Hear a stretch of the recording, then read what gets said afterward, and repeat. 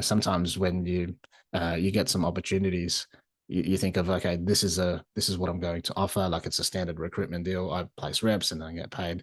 But instead it was like, okay, there's actually some things that we can do a little bit further. How can I structure this so that it's a good win for the person that we're working with, but also from a time money perspective that it works. And I think like one lesson that I can share, you can ask for the things that you want that suit you best. You can't be afraid for people to reject that offering in the first place, because that opens the negotiation. Like if you're confident enough and you put something forward and they say no, that's an opportunity to then, okay, well, what's plan B, or what else can we negotiate? How else can we make this a win-win? Sometimes when people get into negotiations, it's like, I'll give you whatever it is that's a no-brainer, and I'm gonna suffer because of it. I think you give somebody that's a no-brainer where you can be successful off it. Welcome to Behind the Sale. I'm your host, Princess B. On this show, we talk about sales and leadership in the high-ticket space. My goal is to help you level up your skills as a leader so you can close more deals and transform more lives. Today, we have Patrick Galang on the show. He is a sales pro, innovator, an excellent facilitator, podcast host, educator, business owner. What else? What am I missing here? Help me out here, Patrick. Am I missing anything All-round else? helper. All-around helper. Yes, he helps businesses. He helps sales professionals, consultants, everyone in this space who can use some help leveling up their game, including myself. Like, he's inspired me a lot. And I would say the biggest impact for me so far was when, in a conversation, he really gave me permission to roll with the flow in terms of like what direction my career is going. And so he just casually drops gems like it's nothing. So I'm very thrilled to have him on. Thank you so much for coming on today. Awesome. Thank you, Princess. I appreciate it. It's good to be here. Yeah. Yes, yes. Okay. So before we dive into the nitty-gritty and spill all of the nuggets for people, can you share a little bit of your backstory, how you got started in this space, so that way everyone knows? Yeah, for sure. Well, great to be here. Thanks for the invite. Yeah, I got into high ticket, well, the online remote space in 2019. I'd quit my pretty comfortable corporate role in finance, where I was leading a team as a sales director, managing some sales managers along the way, and it was just time for a change. It was a good a good experience for where I was for almost 10 years, and just needed a change. Felt like I needed to do something, and I kind of fell into the high ticket space a little bit by accident. An old colleague of mine had a coaching business. I'd never really been exposed to it until then. And it was just it was a great introduction. It was a good experience. I was the only closer at the time, and did really well. Did really well. I got introduced to another account, so I was sort of closing on two accounts. And I guess it's not until you and most sales professionals will know this, the ups and downs of a business, right, with marketing and everything else. So um, when things are good, you don't sort of realize until when things aren't so good, and then you go, well, what do we do here? If there's no marketing, if there's no calls on your calendar, you don't sort of make anything. So with that realization, I sort of decided to then start doing some sales consulting. And I picked up a client and I started recruiting. That's where setters and closers came in. That was kind of like my main business that I started, um, recruitment and sales management, sales consulting back in 2021. Um, and I got connected with a lot of good closers, placed some good people, worked with some really good accounts up until sort of last year, mid last year. Some good people cross paths, and I was able to sell that business and then move on to different things as we're doing now, and with a private community of sales professionals. I love the space. I think it's really great. There's some good things, there's some bad things, but there's more good than bad, and that's kind of how we ended up here. So something about this space is that there are so many people with amazing ideas, so many innovators, so many people who think outside the box, but like don't let anyone know, you know, because Yes. there's this Yeah. fear around breaking out of the typical role, which is either closing or setting or being a sales manager even, and doing something else. And Mm. so what I've seen is that you create a safe space for people to explore those other things, and you educate a lot on the other options outside of just taking calls. And I think I mean, you've blown my mind on several occasions. And what I would really love for you to share is what are some of the other options outside of just closing or setting or being a sales manager? Yeah, I think I mean it's a good point that you bring up. Sometimes when you know there's so much information online, not just with selling, but businesses that you can run, and then you get exposed to coaching programs of all the possibilities that some of the clients that you work with are doing. And I think when you first come into the space, there's a linear pathway to it. I don't think it's as clear as if you were in the corporate world where you start here and then you kind of walk the ladder and make it to the top or into a different path of your career. But in the online space, you might start as an appointment setter and as an SDR, and then you sort of work your way into actual sales and closing. So that's the typical one, and then you go into sales management, which I think is great. I think as you get through, not everybody is built for closing. Not everybody is built for sales management. I think there's certain skills that you should have in order to get there, but it doesn't mean that you have to stay, where you are and accept that that's the case, right? Because if you start to think outside the box a little bit, you start to get creative. The beautiful thing about the remote sales space is there is no set rule that you have to follow. You can be creative, you can negotiate terms, you can create offers, you can create different services for everybody. And I think as the space evolves, and uh, I guess my suggestion to be able to expand your thinking a little bit is to get outside of learning just about sales, but learning about business, how it works, how it ticks, how to solve problems, how to find problems inside businesses where maybe you have some expertise and previous backgrounds that you have, or you've learnt certain skills even inside other coaching programs that you can implement in different industries or different niches and things like that as well. So there is the linear path, and then there's the path that goes, I guess, here, there, and everywhere, where you can launch offers. But again, not everybody should be a business owner. It's quite stressful. You still ride, if you think that closing has the ups and downs, having your own business is even worse, right? Because you're responsible for everything now. You've got marketing, you've got sales, you've got delivery. So it's not as simple or as glamorous as people might think. But again, that doesn't mean that you know that's your only option, right? You could co-launch an offer in the place that you're working now, where you have a really good understanding of the business, of the product, of the customer journey, and there might be some things that you can implement, like an ascension plan or a low ticket offer if it's not already there. So you can get creative with that. Um, you could co-manage, certain accounts where the team is growing, right? So you don't have to wait for the sales manager to do something in order for you to get to that position. Maybe there's a team that you can build underneath them. Again, all these things are actually available. You just have to understand what you're looking for and what solution potentially that you can come up with. There's recruitment. I know there's a lot of people that refer others into different roles, but you could formalize that and monetize some of your connections in that way. There's there are joint venture deals that we've done in the community where instead of consulting as one person, maybe you consult together and split an account.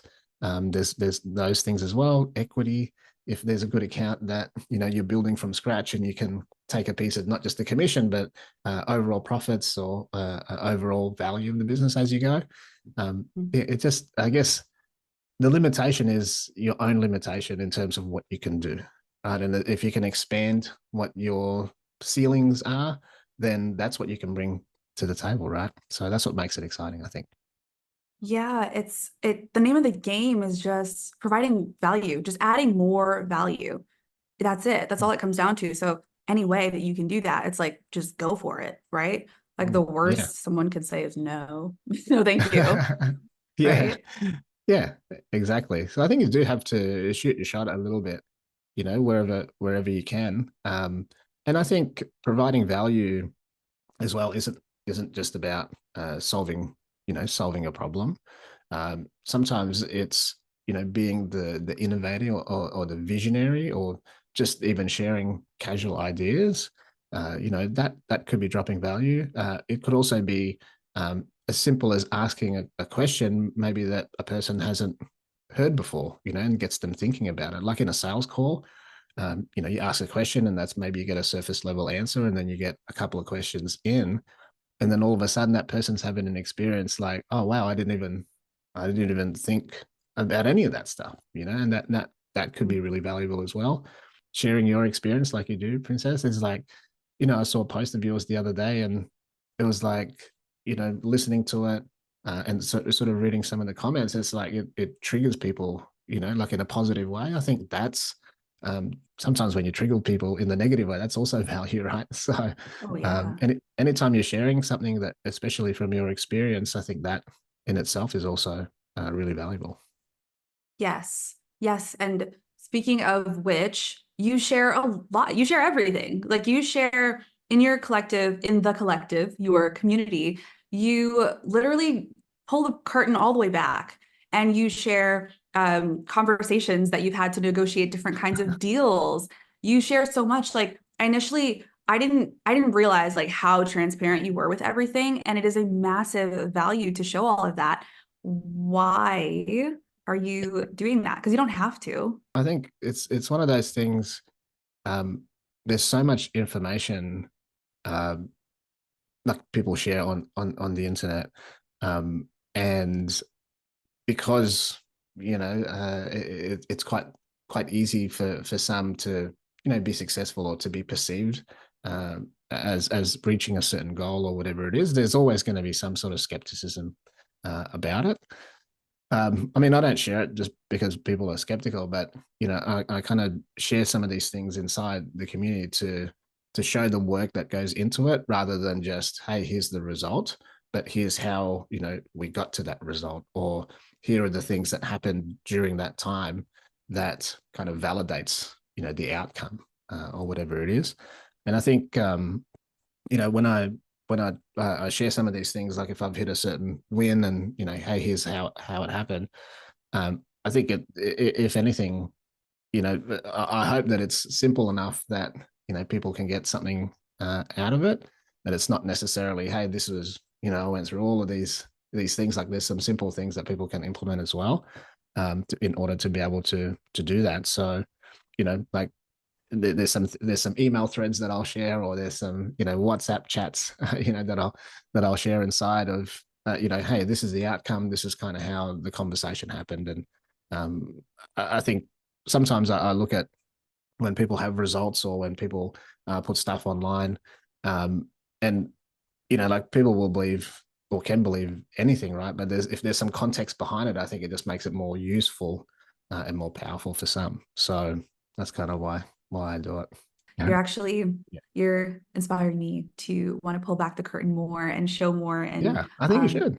yeah. I Yeah, think you should. okay. Yeah, and like it's not about the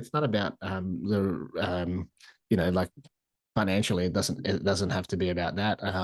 There's Yeah. some things I'll share in there that hey, this didn't really work out, but this is kind of what it Mhm. is.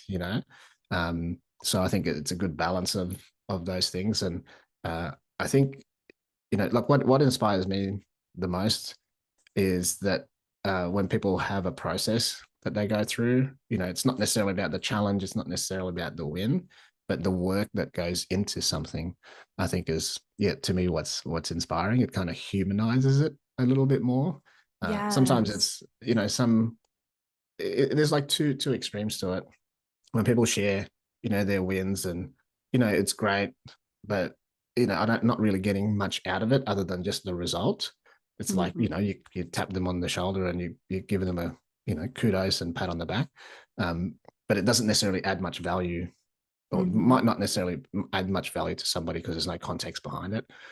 Um, and on the other side, some people are a little bit, I guess, really like I would say, can you be too vulnerable? I don't know, but it's almost like a pity party. You know what I mean? And it's like, Yeah. well, what are we doing about this? Like, are we? Is it just a negative experience? And like, what are we learning from this experience so that other people might not go through the same thing or they can avoid it? So I think there's like a balance in between where there is a like a classic hero's journey, right? There's a goal Hmm. you want to go for, there's a challenge, and then you overcome that. Um, and I think it's just how you communicate that is a really important thing. I think even for yourself, Princess, I love the content that you put out because it's so relatable and it's to me it's very very authentic and real.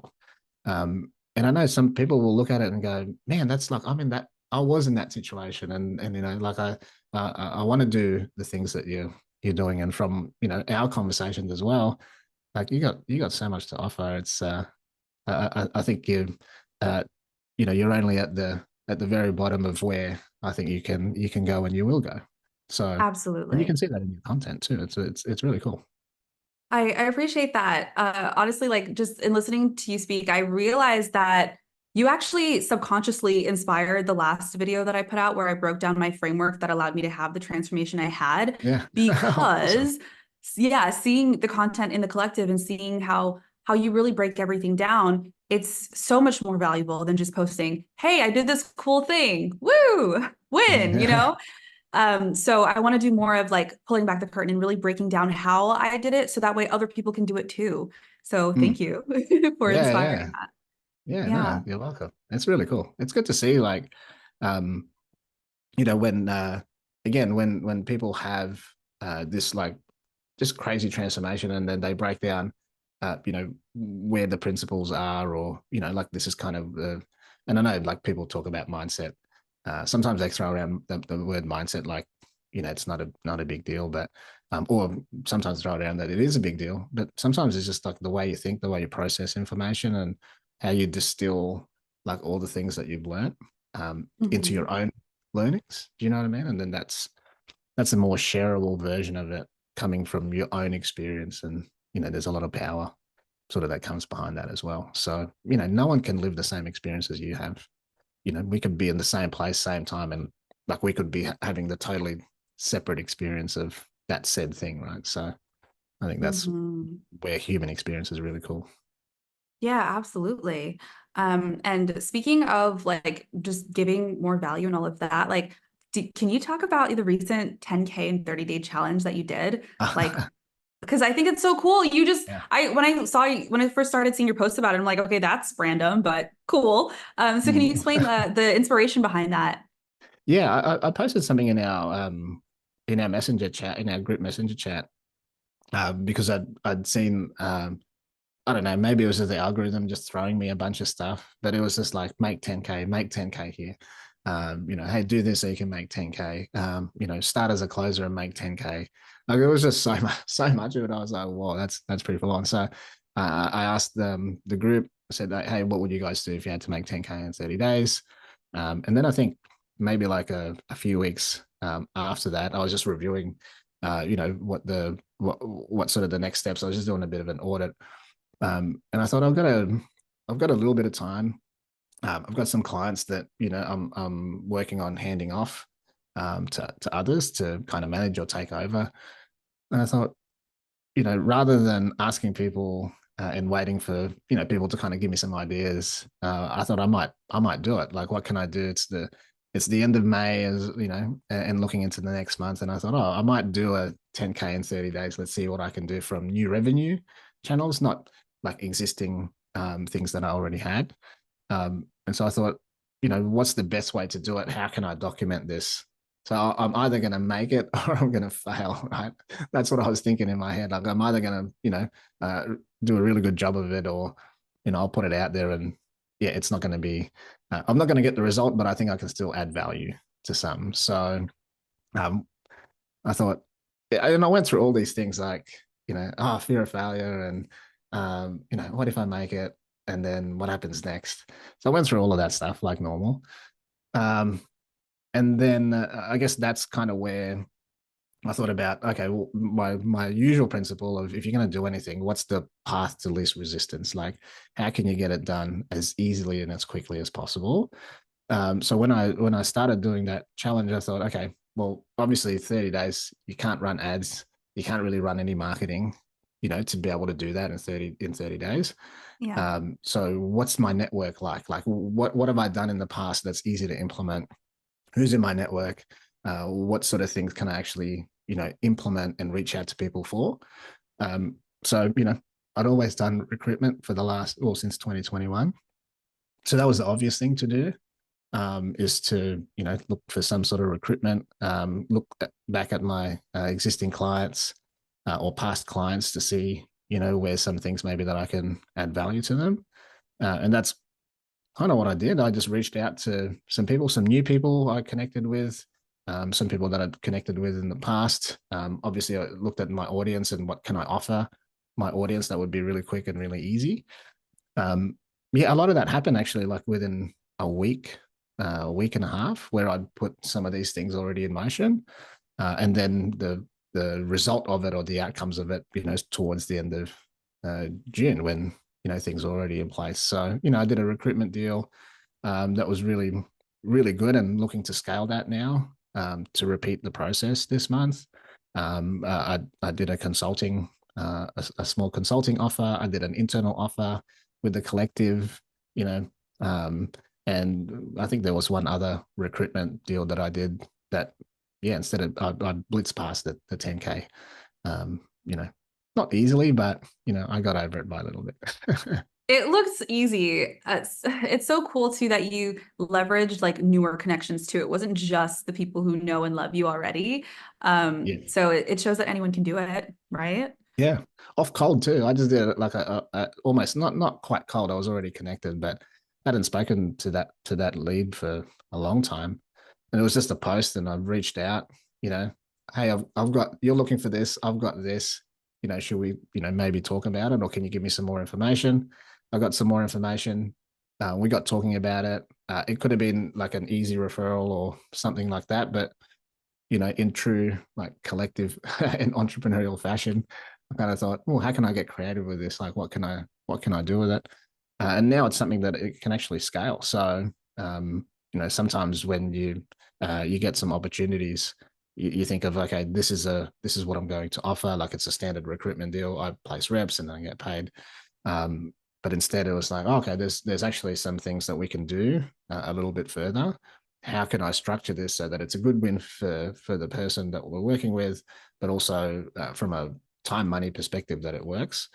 And I think like one lesson that I can share, look, if people want the document of the breakdown, Prince and I can give it to you, and you can give it to them. I don't That's mind, and people awesome. can see like all my chats and like all the end Yeah. result anyway. You can see kind of what happened, but one of the things that I kind of took out of it. I don't know if I really mentioned it, but um, you can ask for the things that you want that suit you best, right? And I think you can't be afraid for people to reject that offering in the first place, because that opens the negotiation. Like, if you're confident enough and you put something forward and they say no, that's an opportunity to then, okay, well, what's plan B, or what else can we negotiate? How else can we make this a win-win?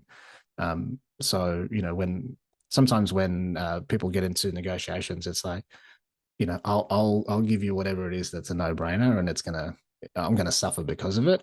I think you give somebody that's a no-brainer where you can be successful off it as well. If Mm. that makes sense. Ooh, yes, that's a gem. That's a gem. Okay, it's like in my head, I was thinking like always be closing, but also you want to win too. It's not just Yeah, about yeah, getting the client or closing them on the thing, but make sure it's yes, a win-win. yeah, Ooh, yeah. so That's good. a whole nother topic, I Yeah. think. Yeah. I know you can go for at least an hour just on like setting up win-win situations. Yeah, But yeah, like it's really awesome of you to share the breakdown document. I will put it in the description yes, so people can dive yeah, into that. I want to roll into the rapid fire question segment. yeah. Go for it. Okay. Yeah, of course. Yeah. So respond with the first thing that comes to mind. All right. Did you have an epiphany moment where you realized, oh my goodness, there's so much more to just sales, like within this space? So was there one Yes, moment? What was it? yes. Yeah, for sure. I remember it just managing a lot of clients. Sometimes when you do really well and, there's all this, well, let's call it like success or whatever you want to call it, right? Like all these good things happening. Sometimes you don't realize that you're working so much harder than you intended to in the first place, and that will only lead to burnout because I'd already been through that before. It's just when you're in it, you don't realize you're kind of just in work mode and you're doing the things, whether you're closing or you're appointment setting, whatever it is, like you're just taking a stack of calls, and then you kind of forget the reason why you were in it in the first place, right? Some people it's for the money, some people it's for the time freedom. Like it's really those two things. So then, for me, when I got so busy, I was like, man, this is like a real time suck, and the return on my time is just really poor, And if I don't work, I don't get paid. Like that was kind of the realization. Um, and that wasn't the intention. The intention of getting out of my previous life was to have the time freedom, like more than anything else. So when you don't have that time freedom, when you're back to back in your calendar, like for some people, it's a great thing to have. But sometimes when you're working so hard, you just don't have space to think. And if you can't think, you can't get creative. You can't get creative.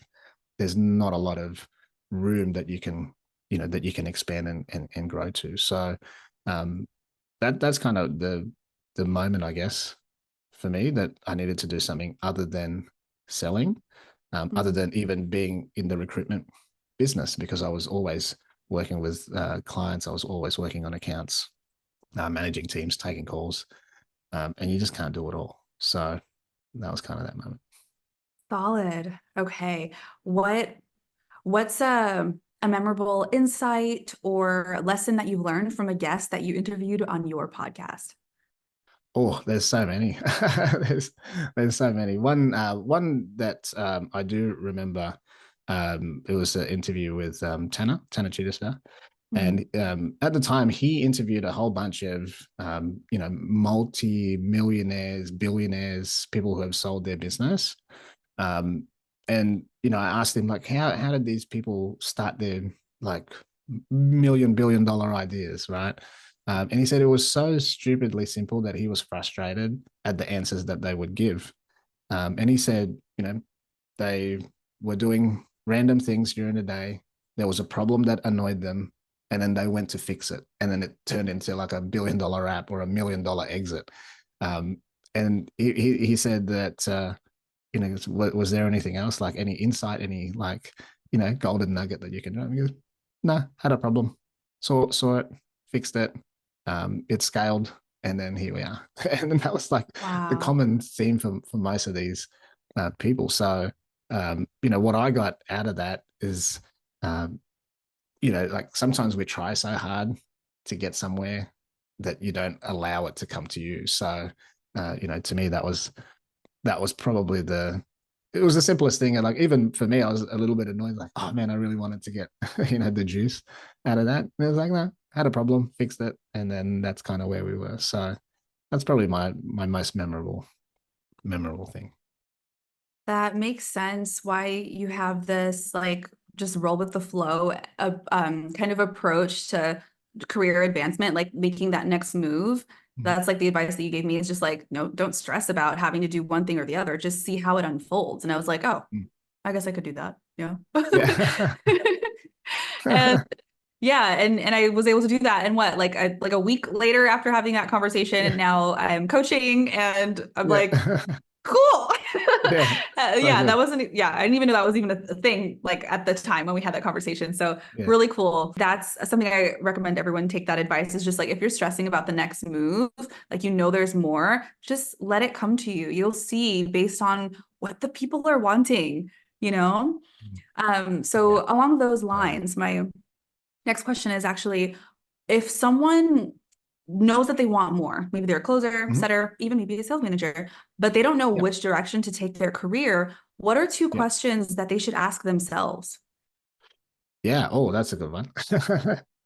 um, well, a couple of things to begin with. I guess that there's a couple that come to mind, and this is probably like a really open-ended question. But what's the advancement that you're looking for that's going to help your life? And that could those answers could be money, it could be time, but I think it'll uncover a lot of things. So what if you were to advance, like what would that do for your life, really? Um, and you know, it might be real simplistic, but what are some of the things that you enjoy to do the most?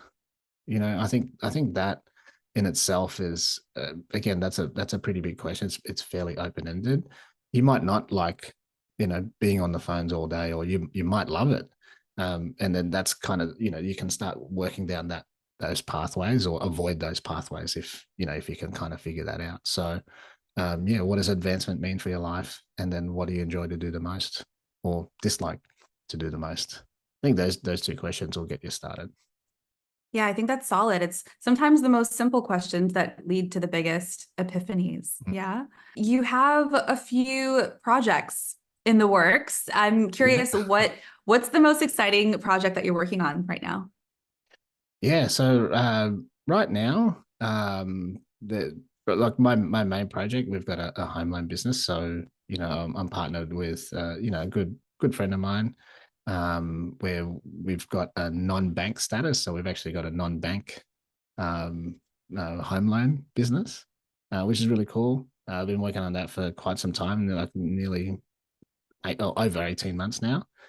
So that's pretty exciting. That's a big project where we are looking to deploy or lend out a couple of 100 million over the next 3 to 5 years in home loans. So that'll be a really cool project. The collective is always a cool project. Always trying to better things. Inside. The collective started as just as an idea that it would be cool to gather some sales professionals, who are wanting a little bit more out of their career.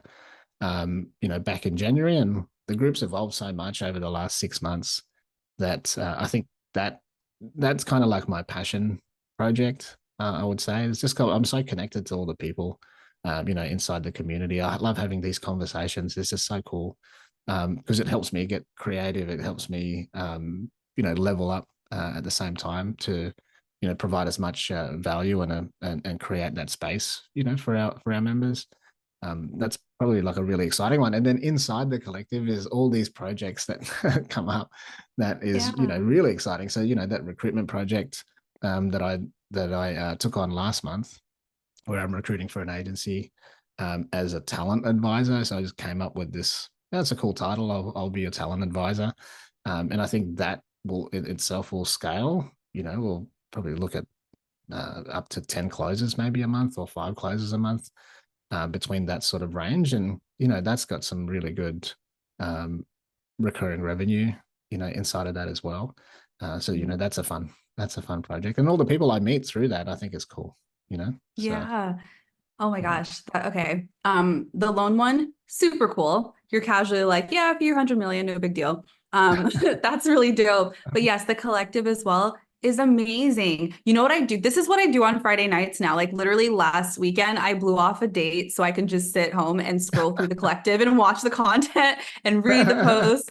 Like literally, like because it's so much value and it's so cool to be, it's so inspiring to see what people are doing, what people have the courage to do. And to support other people in this space in their ideas and the things that they want to create. So thank you so much for creating that. I really highly recommend anyone and everyone who's feeling stuck, who wants to expand their minds to jump into the collective because it's amazing. That's how I'm going to be spending my weekends moving forward too.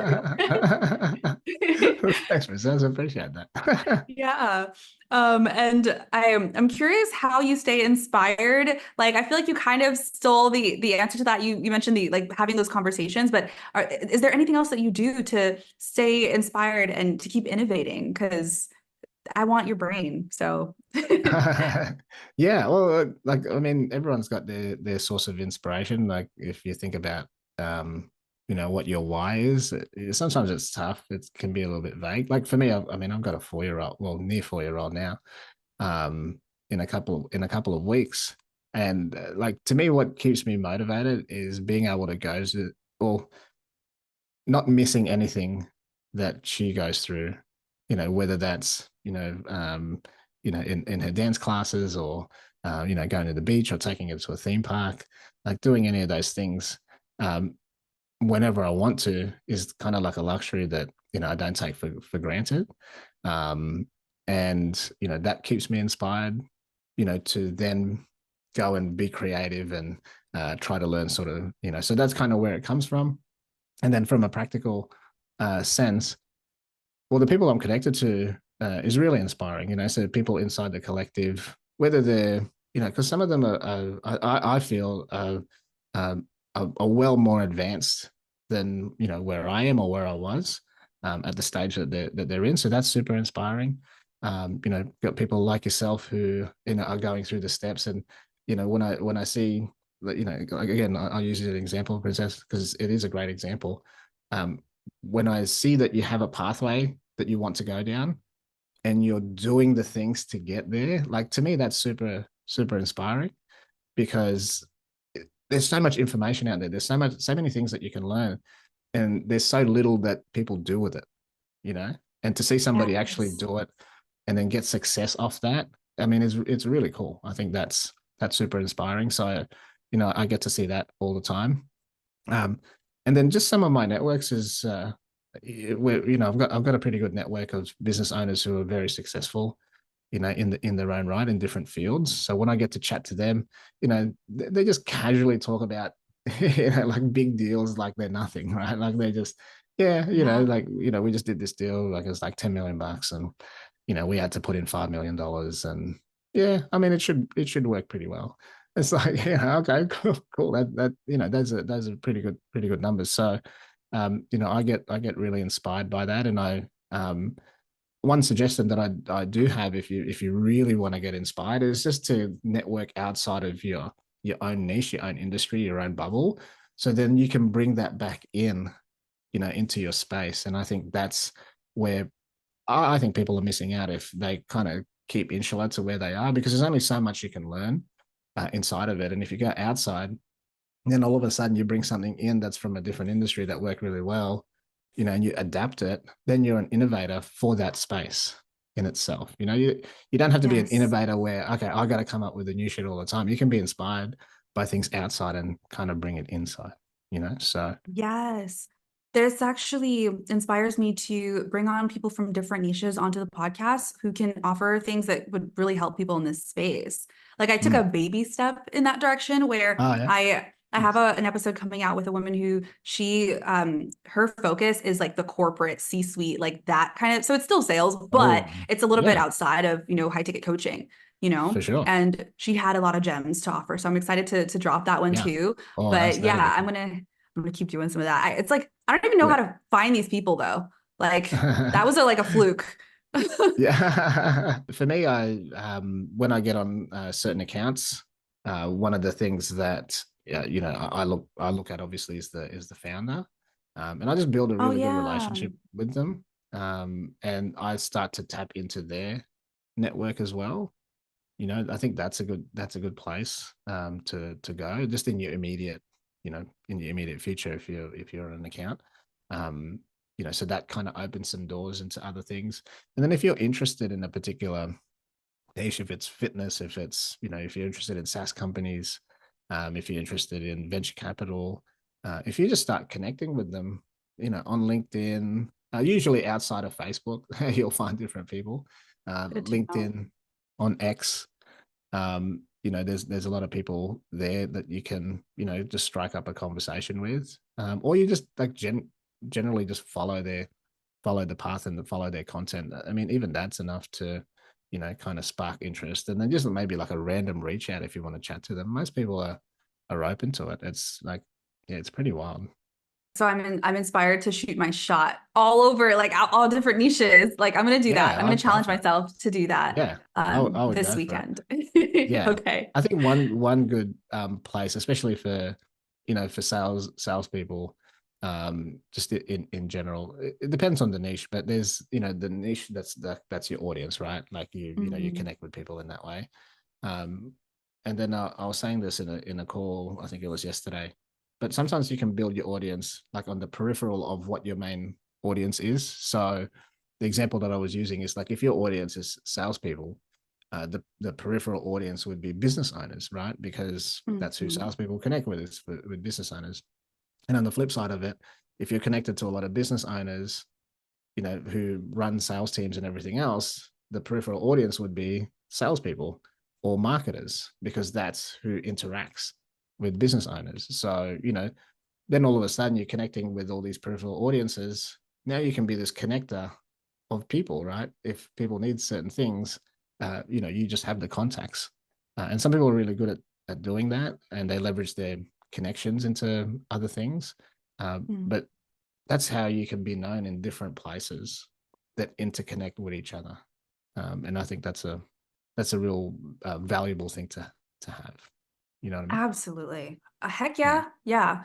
Ooh, I'm feeling so inspired. Every time I talk to you, I'm like, I need to create more hours in the day because I have a lot of shit to do. Like, it's like there's so much more Yeah. to do, you Mm. know?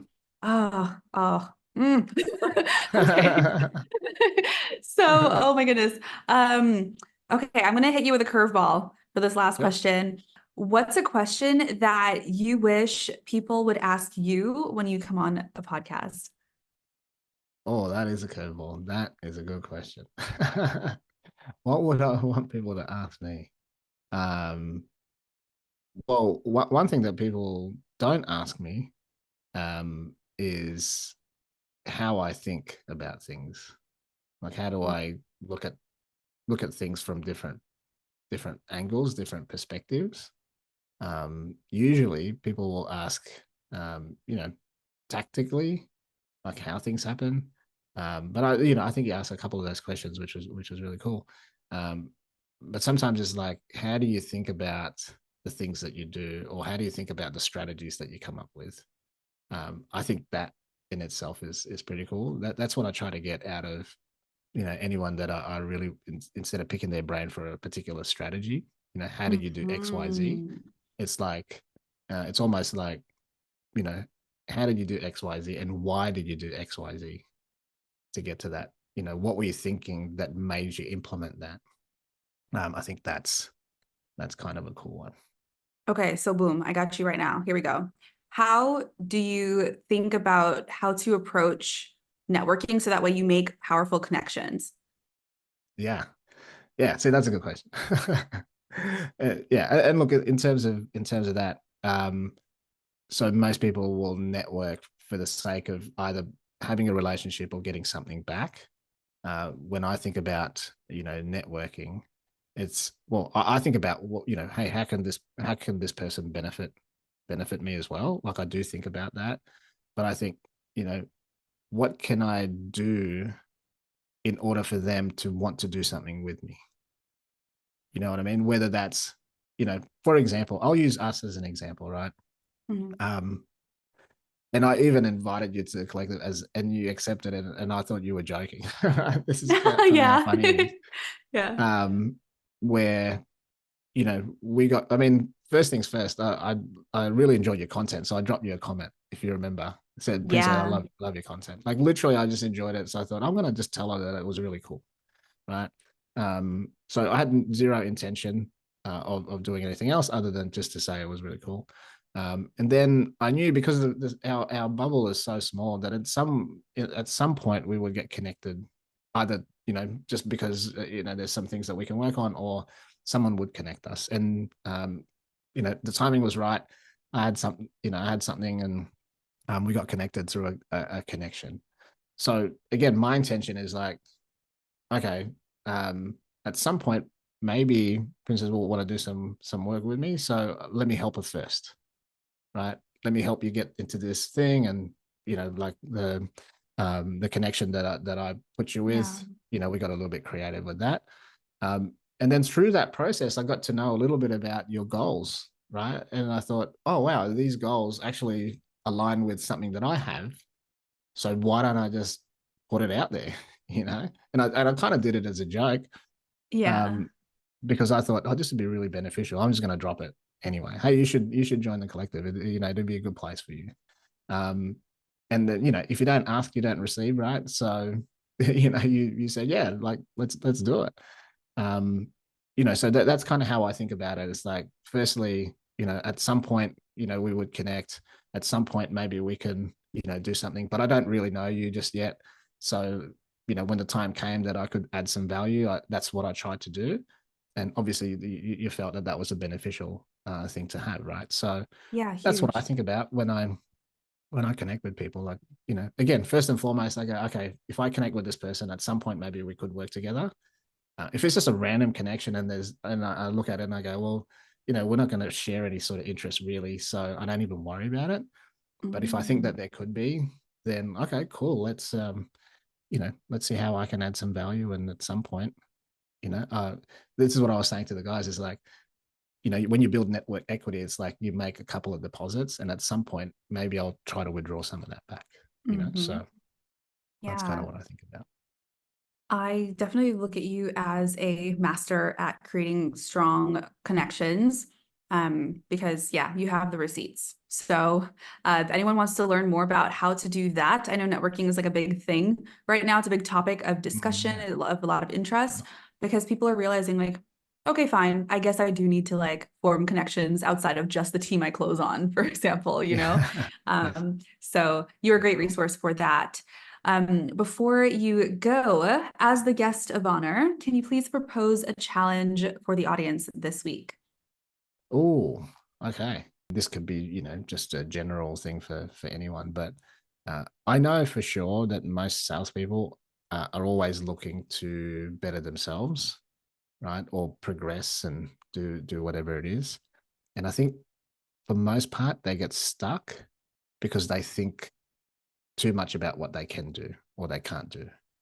So my challenge would be, if there's something on your mind that you've been trying to implement, whether that's, to be better on your sales calls or, set appointments, or there's an offer, maybe you're thinking, hey, I should launch something or I should reach out to this person. My challenge would be to go and do it, because you'll be surprised at what response you get. You might fail, really hard, but if you put it out there and you fail, you can learn from it, right? So that would be my challenge. If there's something that you're stuck on or you're thinking about, or you want to implement, but you haven't yet, I think you should just go and do it. Nothing bad can happen from it. So that would be my challenge. Yeah, that's brilliant. Perfect. It's the simple things, right? If you've got Amazing. an email sitting on draft, or you've got a message that's been sitting on draft for ages because you're thinking about how it reads or how it words, just read it one more time and just send it. Like that. That's probably the best thing that you could do. I have one in my drafts. It's in my notes. I wrote it like over a month ago, something I kind of wanted to actually pitch one of the business owners I sell for. I want to pitch them on. But Oh, I'm nice. like, maybe the timing's not right. You I'll know? have a look Um, at it. Send it over, and I'll give you my opinion. But I think, yeah, at some point you just got to go. Let's see what they say. You know, yeah. because Oh my only they can answer gosh. that question. So no one else can do it except for the person that 100%. you're sending it to, right? Yeah, I'm like creating my own objections in my head why like they'll say no before I even approach it. So yeah, I'll chat with you about that. Thank you so much for coming on today and sharing your wisdom. It is so, so, so valuable, and I really appreciate your time. Thanks, No, you're Patrick. welcome. Thanks for Mhm. having me on. Thanks, Princess. Yeah. Mhm. Wow, how amazing was that? I feel so blessed and privileged to have had Patrick on today. Guys, if you got value from this, if you had light bulb moments, if you're feeling inspired, you know what to do. Drop a comment. Let me know what you're inspired to do. Let me know, what light bulb moments you had. And of course, like the video on YouTube, or give it a like on Spotify or Apple Podcasts, wherever you're listening to this. It really helps me a lot, and it shows people that, yeah, people are actually getting value. So I really, really appreciate that. And of course, as always, don't forget to hold yourself to a higher degree so you can be the most effective leader you can be. Until next time, bye, guys.